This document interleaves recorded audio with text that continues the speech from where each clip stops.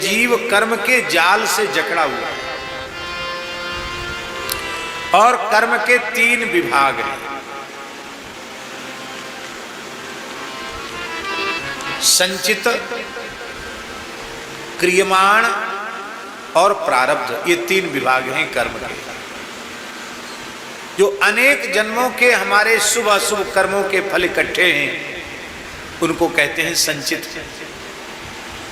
जो इस शरीर से इस जीवन में भोगने के लिए निश्चित हो चुके हैं उनको कहते हैं प्रारब्ध। और जो इस वर्तमान शरीर से जीवन में जो कुछ हम उल्टा सीधा कर रहे हैं, शुभ अशुभ कर रहे हैं, उसको कहते हैं क्रियमाण। अब इसको ठीक से ऐसे समझो, क्रियमाण कर्म संचित में जाता है और संचित से भोगने के लिए प्रारब्ध के रूप में वो मिलता है। और सरल रूप से देखें, किसान ने खेती की, फसल कट गई, तो खेती वर्तमान है कि नहीं? खेती क्रियमाण है कि नहीं? क्रियमाण है खेती। और जब गेहूं कट के आ गया तो उसने गोदाम में ले जाकर रख दिया।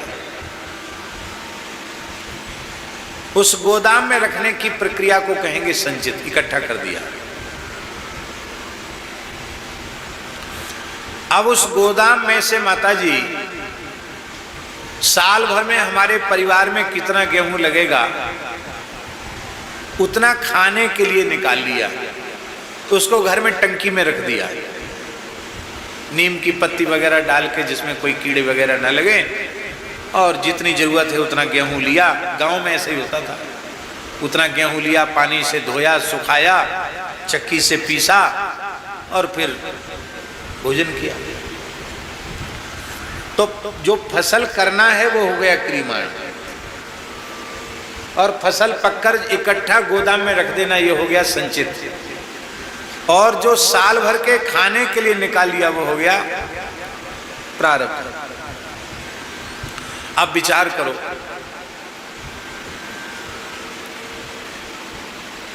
दुनियादारी का जो संचित है वो तो सदा नहीं रहता, लेकिन कर्म के बीज का नाश नहीं होता, इसमें घुन नहीं लगता, ये कभी समाप्त होता नहीं, भोगे बिना समाप्त नहीं होता। क्योंकि सिद्धांत है जो करता है सो भोगता है, जो करेगा सो भरेगा, तू क्यों हुए उदास। श्री कबीरदास जी का एक वचन है, कबीरा तेरी झोपड़ी गलकटियन के पास। क्या करें, ऐसे लोगों के बीच में रहना पड़ता है, पर जो करेगा सो भरेगा, तू क्यों होए उदास। जो करता है सो भोगता, उसको भोगना पड़ेगा। कोई हो, भोगना सबको पड़ता है, सबको भोगना पड़ता है, भोगे बिना कोई नहीं रहता।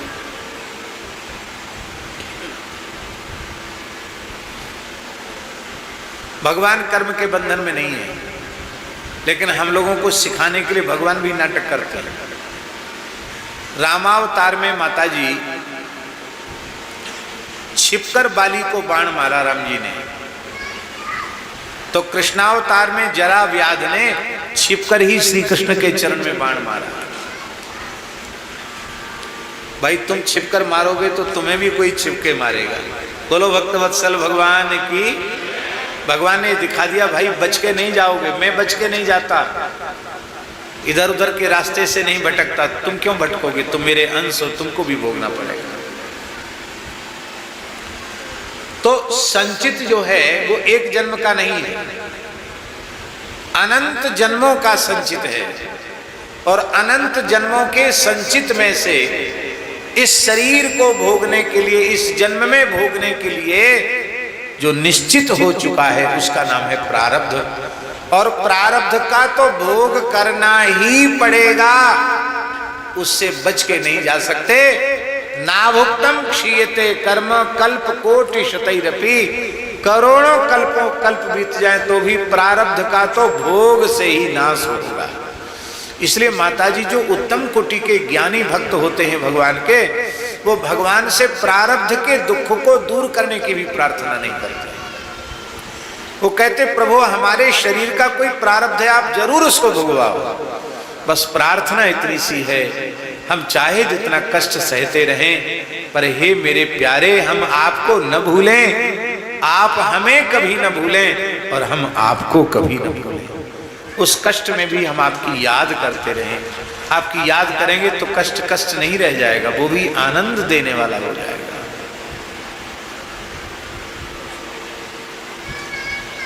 अब देखिए,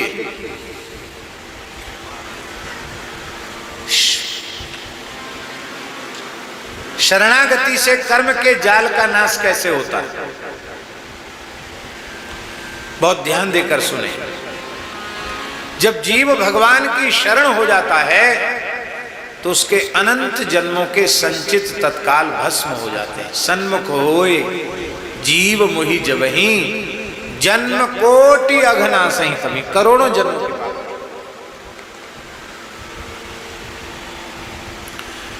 सबसे बड़ी समस्या माताजी संचित की है, क्योंकि एक जन्म का तो है नहीं, पता नहीं कितने जन्मों का है। अरबों खरबों जन्म हो गए, असंख्यों जन्म व्यतीत हो गए हैं। उन सब का कुछ न कुछ बुरा भला हमारे ही द्वारा इकट्ठा किया हुआ है। वो खेती हमारी है, इकट्ठी है। यदि संचित को व्यक्ति भोगना चाहे ना, तो करोड़ों करोड़ों जन्म लेकर भी भोग ही नहीं सकता, क्योंकि इतना है वो।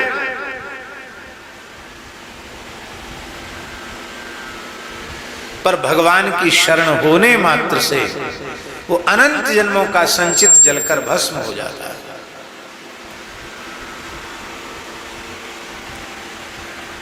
अब कितना बड़ा खाता खत्म हो गया, संचित का खाता खत्म हो गया। अब रहा कौन सा कर्म, बोलो?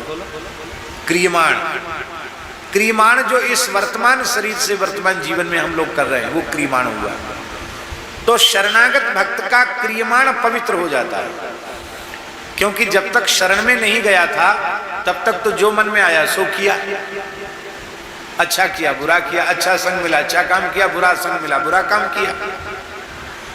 किंतु अब शरणागत भक्त बुरे लोगों का संग तो करेगा नहीं, वो संतों का संग करेगा, महापुरुषों का संग करेगा, गुरुओं का संग करेगा, सज्जनों का संग करेगा और भगवान की ओर बढ़ेगा।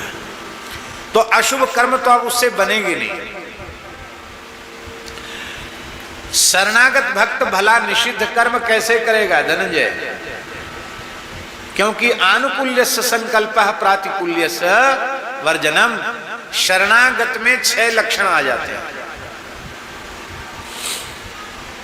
अनुकूल कर्म करने की निष्ठा उसमें आ जाती है और निषिद्ध कर्मों का त्याग उसके द्वारा हो जाता है। भगवान हमारे रक्षक हैं, ये बात का विश्वास हो जाता है, रक्षित विश्वास हो। गोत्रत्व वर्णम तथा, जैसे कोई उत्तम कुल में उत्पन्न कन्या विवाह के समय पति को ही वर्ण कर लेती है, अपनी वृत्ति फिर संसार में अन्यत्र कहीं नहीं ले जाती है, ऐसी शरणागत परमात्मा का वर्ण कर लेता है कन्या के समान। गोत्रत्व वर्णन करता है।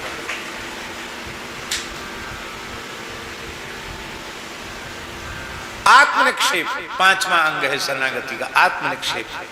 फिर अपना कुछ बचाकर नहीं रखता। हे नाथ, ये तन मन प्राण सर्वस्व आपका है, आपकी वस्तु है, आप इसके स्वतंत्र उपभोक्ता हैं, आप जैसे चाहें अपनी वस्तु का उपयोग कर लें। यह है आत्मनिक्षेप। और छठा अंग शरणागत में आता है कार्पण्यम। शरणागति का माताजी अंतिम अंग है कार्पण्य।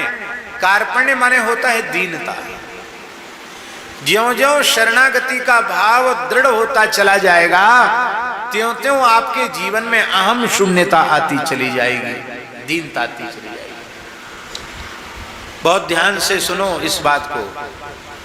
चाहे भूखे रहो, चाहे प्यासे रहो, चाहे खुले आकाश के नीचे रहो, चाहे नीचे सिर ऊपर पैर करके रहो, सच्ची बात यह है, जीवन में जितनी अधिक दीनता आई उतनी अधिक हम भगवान के निकट पहुंचे, और जितना अधिक अहंकार आया उतना अधिक भगवान से दूर हुए।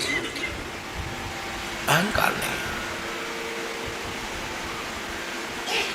अहंकारी व्यक्ति की पहचान क्या है? जो जितना ज्यादा अहंकारी होता है वह उतना ही अधिक असहिष्णु होता है। असहिष्णु जानते हैं? नहीं। सहिष्णु माने सहन करने वाला, असहिष्णु माने सहन न करने वाला। और ये बात पक्का समझ लो, जो जितना असहिष्णु होगा, असहनशील होगा, भगवान उतनी ही विकट परिस्थितियां उसके सामने पैदा करते हैं। आप माता पिता की डांट से अपमानित अनुभव करोगे, संतों की, गुरुजनों की डांट से अपमानित करोगे, तो कभी एक दो कौड़ी का भी जो आदमी नहीं है वो तुमको सरेआम गाली देगा, तप्पड़ जमाएगा, कुछ नहीं कर पाओगे। गुब्बारा कह रहा बिल्कुल ठीक बोल रहे हैं। अहंकार करोगे तो फट से फूट जाओगे। इसलिए आप सहन करना सीख लो।